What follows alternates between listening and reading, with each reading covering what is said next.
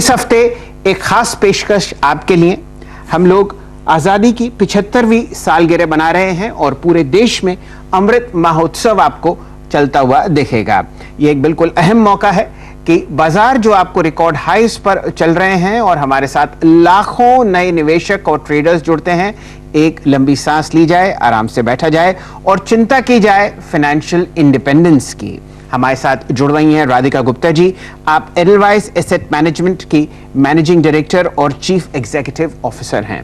राधिका जी बहुत ही जानी मानी फाइनेंशियल एडवाइजर हैं और बहुत ही सटीक, संभली हुई और सुलझी हुई राय आपको देती हैं किस हिसाब से आपको फाइनेंशियल फ्यूचर प्लान करना चाहिए, कौन कौन से एसेट्स में आपको निवेश करना चाहिए और कहां-कहां आपको वैल्यूएशन में परेशानी आती हुई दिखती है। भारत अपनी 75वीं वर्षगांठ आजादी की बना रहा है और बहुत सारे लोग हमारे साथ बाजार में आपको जुड़ते हुए दिखे हैं पिछले 18 महीनों में। उनके लिए आज हम लोग एक खास पेशकश रख रहे हैं फाइनेंशियल फ्रीडम की, और आपसे बेहतर कोई इंसान नहीं जो इस पर टिप्पणी करे, खासकर महिलाओं के लिए। आपका स्वागत है। बताइए किस हिसाब से आप फाइनेंशियल फ्रीडम को समझती हैं, खासकर महिलाओं के लिए और उन लोगों के लिए जिनकी उम्र 25 से 30 की है और वो आपको बाजार में जुड़ते हुए दिखे हैं। तो नमस्ते शैल जी, और आपके दर्शकों को सबको इंडिपेंडेंस डे की बहुत बहुत शुभकामनाएं। आई थिंक फाइनेंशियल फ्रीडम एक बहुत इम्पोर्टेंट बात है महिलाओं के लिए, भारत के युवा के लिए, क्योंकि मेरे मायने में financial freedom is freedom to make choices, अपने सपने पूरे करने की आजादी, जिसे हम कहते हैं अपने डिसीजंस लेने की आजादी। आई थिंक हर आदमी चाहता है कि मैं अपने डिसीजंस खुद लूं। आत्मनिर्भरता की बहुत बात हुई है, बहुत चर्चा हुई है पिछले 18-20 महीने में। And I think both Hindustan की महिला, हिंदुस्तान की यूथ, आम हिंदुस्तानी एक ग्रोथ ओरिएंटेड आदमी होता है। इंडिया में ग्रोथ का बहुत होता है, चाहे मार्केट में ग्रोथ हो या इकोनॉमी में ग्रोथ हो, ग्रोथ बहुत मायने रखती है। तो I think that is why it's important. जैसे जब मैं यंग थी तो मेरे लिए सेविंग्स करना और निवेश इसलिए बहुत इंपॉर्टेंट था, जिससे कि जब मुझे बिजनेस शुरू करना था तो मैं अपने टर्म्स पे कर सकती थी, किसी से बिना पूछे, फादर इन लॉ। तो ये जो डिसीजन मेकिंग की आजादी है, ये देता है आपको फाइनेंशियल फ्रीडम। चलिए, तो अब इसका सिलसिला शुरू करते हैं। राधिका जी ये बताइए कि कौन सी ऐसी उम्र है जहां पर आपको फाइनेंशियली सोचना चाहिए उन्मुक्त गगन में उड़ने के लिए, और कौन से ऐसे 3 या 4 ठोस कदम उठाने चाहिए महिलाओं को खासकर, ताकि उनको जल्द से जल्द फाइनेंशियल फ्रीडम मिले? देखिए, ये you can't have an edge जिस पे आपको लगता है कि मैं फ्री हो जाऊंगा, लेकिन शुरुआत आपको जल्दी करनी चाहिए। तो अगर आप कमाना शुरू करें शैल जी 22-24 साल की उम्र में, जो हम कमाना शुरू करते हैं आमतौर से, तो उसमें एटलीस्ट आपको सोचना चाहिए कि मैं ऑफ कोर्स पैसे को एंजॉय करूंगा। युवा पीढ़ी, कोई भी नया आदमी सोचता है पैसे कमाए तो उसे एंजॉय करूंगा, लेकिन सेविंग और निवेश की आदत आपको तब डालनी चाहिए। तो सबसे पहली बात आई थिंक जल्दी से जल्दी फाइनेंशियल फ्रीडम अटेन करने के लिए इसकी जल्दी शुरुआत करिए। जल्दी शुरुआत करने के 2 फायदे हैं। एक तो आपको कंपाउंडिंग का फायदा मिलता है, और दूसरा आपको यह फायदा मिलता है कि अगर आप गलतियां करेंगे तो कम पैसे से करेंगे, क्योंकि गलतियां तो आप करेंगे तो जब आपकी कमाई ज्यादा होगी तो आपकी सीख ज्यादा होगी, आप में थोड़ी विजडम आ गई होगी। तो पहली तो ये सीख है। दूसरी ये सीख है कि आप बाजार के बारे में सीखें। ये जो पैसा होता है ये बहुत महत्वपूर्ण चीज है, बहुत मेहनत से कमाया जाता है। तो इसमें कुछ इंटरनेट से पढ़ के, कुछ किसी से पूछ के, पहले जो पैसे के क्षेत्र के निवेश के बड़े बड़े एसेट क्लासेस हैं, इक्विटी, डेट, ये कैसे चलते हैं, इसकी आपको जानकारी होना और सही जानकारी होना बहुत जरूरी है, और इसे सीखने में वक्त लगाइए। एंड आई थिंक तीसरी बात यह है कि अपना एक फाइनेंशियल प्लान और गोल्स अपने मुताबिक बनाइए। आप अपने नेबर को ना कॉपी करें, आप अपने दोस्त को ना कॉपी करें। जो आपके लिए सही है वो जरूरी नहीं है कि किसी और के लिए सही हो। अगर बस आप ये 3 चीजें मेरे हिसाब से फॉलो करेंगे, आप एटलीस्ट एक पाथ पे चलेंगे फाइनेंशियल फ्रीडम की तरफ। राधिका जी, अक्सर हम लोग अपने ट्विटर हैंडल्स पर, और आपका भी ट्विटर हैंडल में बहुत ट्रैक करता हूं, वहां पर देखते हैं कि सवाल आते हैं उन लोगों से जो फिलहाल बाजार में नए जुड़े हैं। कौन कौन सी ऐसी दो बातें आप बताना चाहती हैं एसेट एलोकेशन पर, और किस हिसाब से आपको पैसा डालना चाहिए अलग अलग एसेट्स में? सारा पैसा इक्विटी में ना डालें, सारा ट्रेडिंग में ना डालें, उसके ऊपर अगर आप कुछ चर्चा कर पाए तो मैं आपको, जैसे आपने कहा, दो बातें करती हूँ। एक तो एसेट एलोकेशन जिसका आपने जिक्र किया, अगर निवेश में एक जरूरी चीज है तो वो एसेट एलोकेशन है। अब इसको साधारण तरीके से समझाना हो तो मैं ये कहूंगी कि जब आप खाना खाते हैं, चाहे फल कितने भी अच्छे हो सेहत के लिए, आप सिर्फ फल तो नहीं खाते, फल भी खाते हैं, सब्जी भी खाते हैं, रोटी भी खाते हैं, लेंटल्स भी खाते हैं। एक बैलेंस्ड डाइट होती है, क्योंकि हर चीज आपकी डाइट में कुछ ऐड करती है। ऐसे जब आप निवेश करते हैं तो आप सिर्फ इक्विटी नहीं कर सकते, क्योंकि इक्विटी एक रिस्क टेकिंग एसेट क्लास है। इक्विटी में भी सिर्फ इंडिया नहीं कर सकते, क्योंकि बाहर की कंपनीज में भी पैसे बनाए जाते हैं। तो जो 3-4 बड़ी बड़ी एसेट क्लासेस हैं, जिसे हम इक्विटी कहते हैं, डेट कहते हैं, गोल्ड कहते हैं, और बाहर की इक्विटीज, मैं मानती हूं ये 4 बड़ी एसेट क्लासेस हैं। इनमें अगर आप अपना पैसा बांटे, जैसे हम बैलेंस डाइट कहते हैं, बैलेंस्ड पोर्टफोलियो के जरिए, और कितना आपको इक्विटी करना है, कितना आपको डेट करना है, वो आप अपने मुताबिक सोच सकते हैं। अगर आप एसेट एलोकेशन करेंगे तो आप ये भी भूल जाएंगे कि बाजार ब्लैक एंड व्हाइट है। ये नहीं है कि या तो आपको एफडी में रहना है या आपको सिर्फ इक्विटी में रहना है, उसके बीच का भी एक जरिया हो सकता है। तो ये बहुत जरूरी है। और मैं दूसरा, न्यू निवेशकों से, जो फर्स्ट टाइम इन्वेस्टर्स हैं, उनसे ये कहूंगी कि पिछला एक साल शायद जी बहुत अच्छा रहा है, लेकिन उस पिछले साल को लेकर आप अपने आगे के निवेश की प्लानिंग मत कीजिए। उस बेसिस पे आप अपनी एक्सपेक्टेशंस मत वो रखिए। जैसे बहुत लोग आते हैं ट्विटर पे, कहते हैं कि इक्विटी ने 40% रिटर्न दिया है, 60% रिटर्न दिया, और वो निवेश करते हैं सोचेंगे कि उन्हें 20% से कम मिलेगा ही नहीं। ये बहुत गलत शुरुआत है। ज्यादातर निवेश बाजार में जो गलतियां होती हैं वो एक्सपेक्टेशंस के तौर पे होती हैं। तो पिछला साल लेके आगे का निवेश ना करें। चलिए राधिका जी, ये इस चर्चा का बहुत, अगर आप देखें, शानदार और एक बहुत अच्छा बेस बना दिया है शैल जी ने। अब तक एसेट एलोकेशन की बात हुई कि भाई इसमें इतना डालिए, इसमें इतना डालिए, लेकिन जब आप उसी एलोकेशन और उसका एक भाग जब इक्विटी की तरफ ले जाने की सोचते हैं, स्पेशली महिलाएं, अब आज की तारीख में आईपीओस ने बहुत पैसा बना के दिया, सेकेंडरी मार्केट्स ने बहुत पैसा बना के दिया, तो आपको एग्जैक्टली इस इक्विटी मार्केट को कैसे अप्रोच करना है? म्यूचुअल फंड्स के जरिए, स्टॉक्स के जरिए, लार्ज कैप के जरिए, मिड कैप के जरिए, थोड़ा सा ये समझाइए, आप कैसे अप्रोच करेंगे इसको? तो ये देखिए, हर इंसान का अलग अलग अप्रोच होता है, लेकिन पहली बात तो मैं ये कहूंगी कि चाहे आप म्यूचुअल फंड खरीदें, चाहे आप डायरेक्ट स्टॉक करें, चाहे आप आईपीओ में निवेश करें, इक्विटी रहता है। चाहे आप पैसिव फंड करें, इंडेक्स फंड करें, ईटीएफ करें, इक्विटी रहता है। पहले तो आप इक्विटी की क्वालिटी को समझिए कि इक्विटी आपके 5 से 7 साल का निवेश है, और इक्विटी में वॉलेटिलिटी होगी। हम क्या करते हैं, ज्यादातर महिलाएं सब लिखते हैं कि कौन से स्टॉक में निवेश करें, ये पूछने से पहले कि स्टॉक से ज्यादा जरूरी है कि पहले आप इक्विटी को समझें।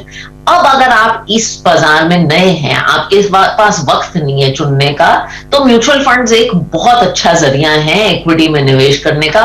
उसमें भी बहुत साधारण सॉल्यूशंस हैं, जैसे जिसे हम इंडेक्स फंड कहते हैं, जो बेसिकली आपको थोड़ा बाजार का के पास टाइम नहीं है, तो आप ये देख सकते हैं, it is just like outsourcing your work of investment to someone who is a professional. Of course अगर आपके पास खुद चूज करने का टाइम है तो आप सिलेक्टिवली स्टॉक्स ले सकते हैं। मेरे हिसाब से बहुत लोगों के लिए एक 80-20 अप्रोच बहुत अच्छा लगता है। 80% आप मैनेज्ड पोर्टफोलियोज में म्यूचुअल फंड्स जैसे में करें, 20% अगर आपको थोड़ा बाजार सीखना है, आपको ट्रेडिंग का शौक है, वो सब शौक भी सब होते हैं, तो वो आप डायरेक्टली कर सकते हैं। यह और बहुत ही सटीक प्रैक्टिकल राय आपको मिल रही है।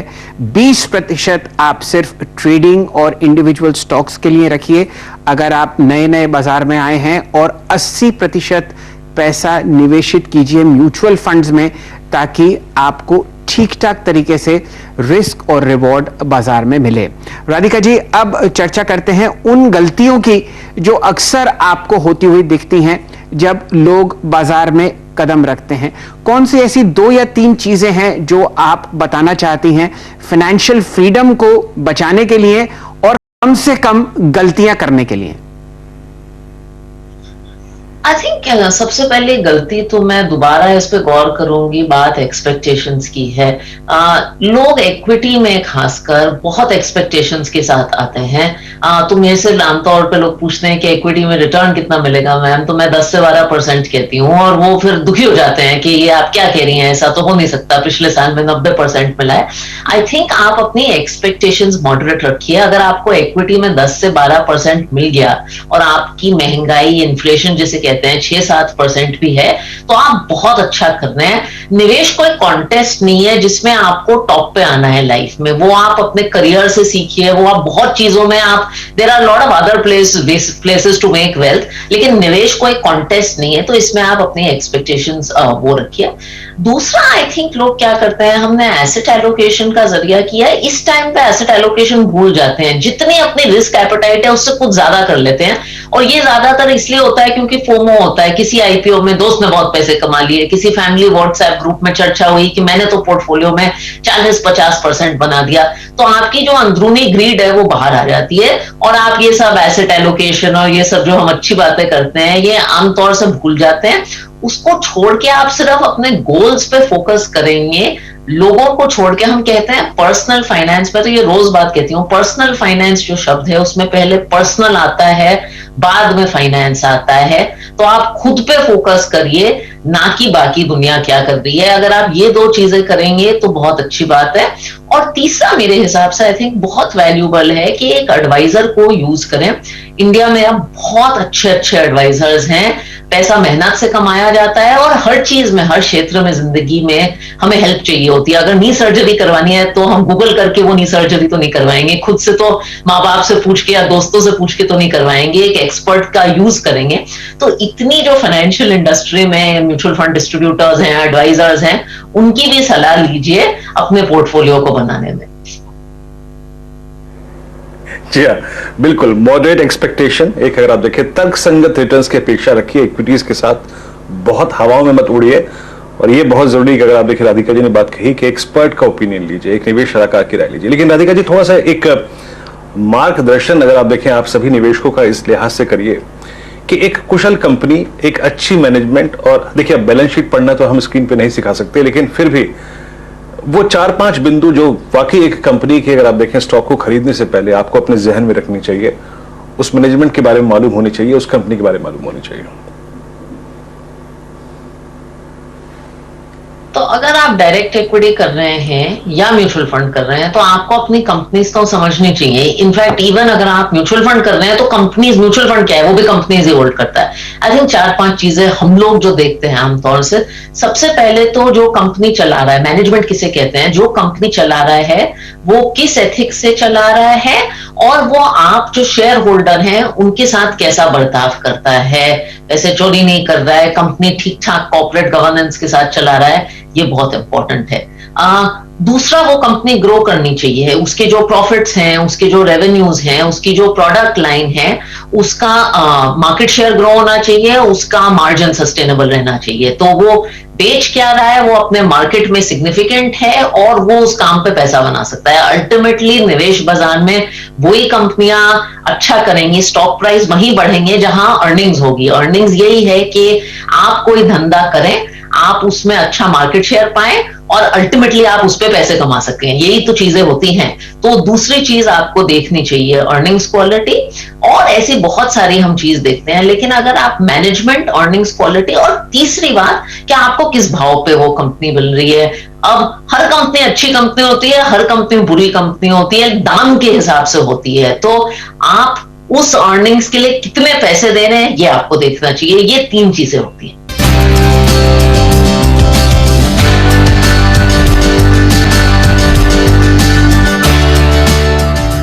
राधिका जी, अक्सर हम लोग जब फाइनेंशियल फ्रीडम की बात करते हैं, महिलाओं के लिए बहुत सारी ऐसी विचारधाराएं हैं जो गलत हैं, और कई सालों से, कई दशकों से नहीं बल्कि कई पीढ़ियों से इन बातों पर हमें बार बार बताया जाता है कि ये कुछ अहम चीजें हैं जो अक्सर महिला निवेशक गलतियां करती हैं। आप इस पर क्या राय देती हैं? लंबी अवधि से आप भी बहुत बढ़िया राय शेयर करती हुई दिखती हैं महिला निवेशकों से, इस पर कुछ टिप्पणी कीजिए। आई थिंक सबसे अनफॉर्चुनेट बात महिला निवेशकों की, गलतियां तो सब निवेशक करते हैं और गलती करने से घबराना नहीं चाहिए, लेकिन महिला निवेशक में हम जो देखते हैं कि वो निवेश का काम किसी और को दे देती हैं। एंड ये इसलिए नहीं है क्योंकि उनसे होता नहीं है, एक लेजीनेस आ जाती है कि मैं नहीं करूंगी, या कभी कभी घर में सुनने को आता है ये फाइनेंस बहुत टेक्निकल है, तो पति को, भाई को, किसी और को दे देती हैं। और मैं ये सबसे कहना चाहूंगी कि हिंदुस्तानी महिला कुछ भी कर सकती है, बैंक चला सकती है, ओलंपिक मेडल जीत सकती है, काम कर सकती है, घर चला सकती है, तो निवेश जैसा छोटा काम तो बिल्कुल कर सकती है। बल्कि हिंदुस्तान के इतिहास में तो महिलाओं ने ही घर का निवेश किया है। निवेश ये है कि आप सेव ढंग से करें, फिर उसका निवेश ढंग से करें।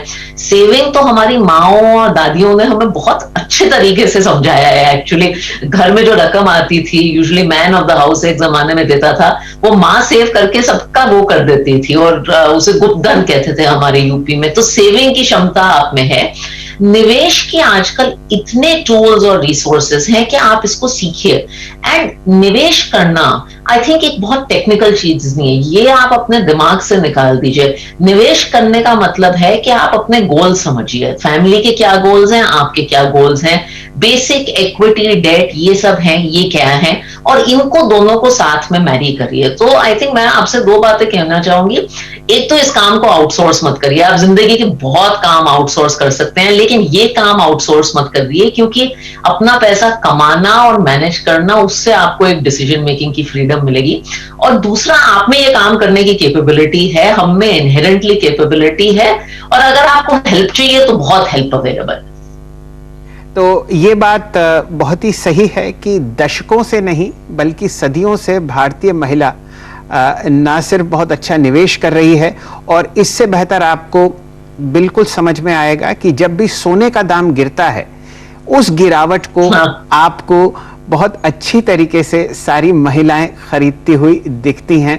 ज्वेलरी शॉप्स में आपको तांता लगता हुआ दिख रहा है। 5000 साल से यही गाथा रही है। राधिका जी, बात सोने की करते हैं। ये बताइए, आजकल गोल्ड बॉन्ड्स भी आपने आते हुए देखे हैं, सरकार की तरफ से ब्याज भी मिलता है, चाहे वो 2.5% ही बढ़ता हो। क्या राय आप देती हैं आज की महिला को गोल्ड के बारे में? क्या गोल्ड बॉन्ड पे ध्यान दें या गोल्ड ज्वेलरी पर? तो मेरा गोल्ड पे ये मानना है कि दो तरह के गोल्ड का वो होता है जिंदगी में। एक तो ज्वेलरी है, एंड आई थिंक आप ज्वेलरी और इन्वेस्टमेंट को, ज्वेलरी और निवेश को थोड़ा सा अलग रखिए।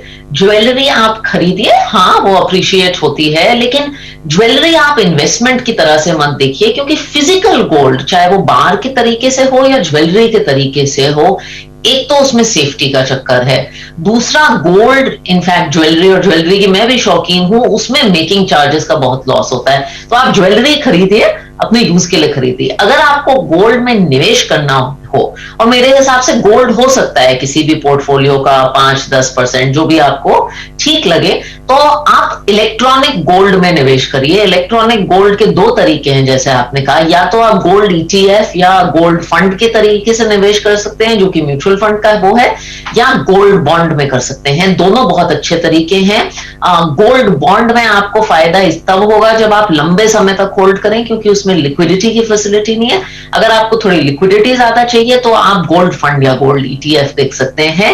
लेकिन अगर गोल्ड को निवेश के तौर से देखा जाए तो उसमें प्लीज इलेक्ट्रॉनिकली देखिए। ज्वेलरी खरीदिए, उसे एंजॉय करिए, लेकिन निवेश के लिए ज्वेलरी मत खरीदिए। बात है, बहुत ही शानदार और सटीक राय आपको राधिका जी देती हुई दिख रही हैं गोल्ड पर।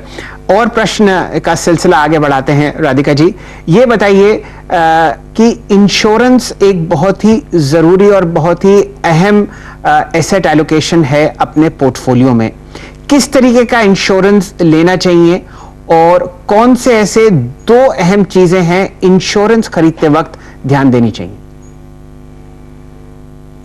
तो एक तो मैं थोड़ी सी बायस रहूंगी इस क्वेश्चन पे, लेकिन बिना बायस के जवाब देने की कोशिश करूंगी, क्योंकि मैं आती म्यूचुअल फंड इंडस्ट्री से हूं। तो मैं सबसे पहले ये कहूं, I think first thing is कि हेल्थ इंश्योरेंस हमने खासकर कोविड के दौरान देखी है कि आपकी एडिक्वेटली कवर्ड होनी चाहिए। अब कुछ लोग ऐसा होते हैं जो उनके, कुछ लोगों के केस में ऐसा होता है कि उनके एम्प्लॉयर्स उनको एडिक्वेट इंश्योरेंस देते हैं। सबसे पहले लेकिन मेरी राय ये है कि आप ये चेक करिए कि आपको हेल्थ इंश्योरेंस अपने एम्प्लॉयर से कितनी मिल रही है, एंड प्लीज ये जानिए कि आपको जितनी हेल्थ इंश्योरेंस आपको लगता है आपके लिए ठीक है, उससे एक्चुअली प्रोबेबली बहुत ज्यादा जरूरत होगी।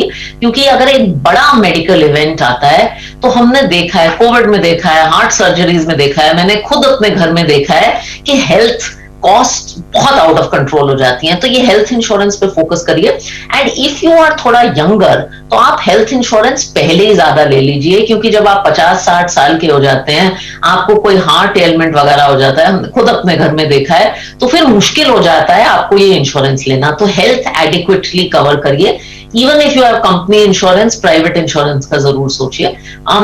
दूसरी बात, इंश्योरेंस खरीदते हुए लाइफ इंश्योरेंस सबकी होती है, इंश्योरेंस और निवेश को अलग रखिए। तो बंडल्ड प्रोडक्ट्स जिनमें इंश्योरेंस और इन्वेस्टमेंट है, वो बहुत कंफ्यूजिंग हो जाते हैं। इंश्योरेंस अगर आपको लेनी है लाइफ की, तो वो होनी चाहिए, लेकिन वो जो सादी टर्म इंश्योरेंस है हमारे हिसाब से वो बहुत अच्छी है। निवेश आप अलग रखिए।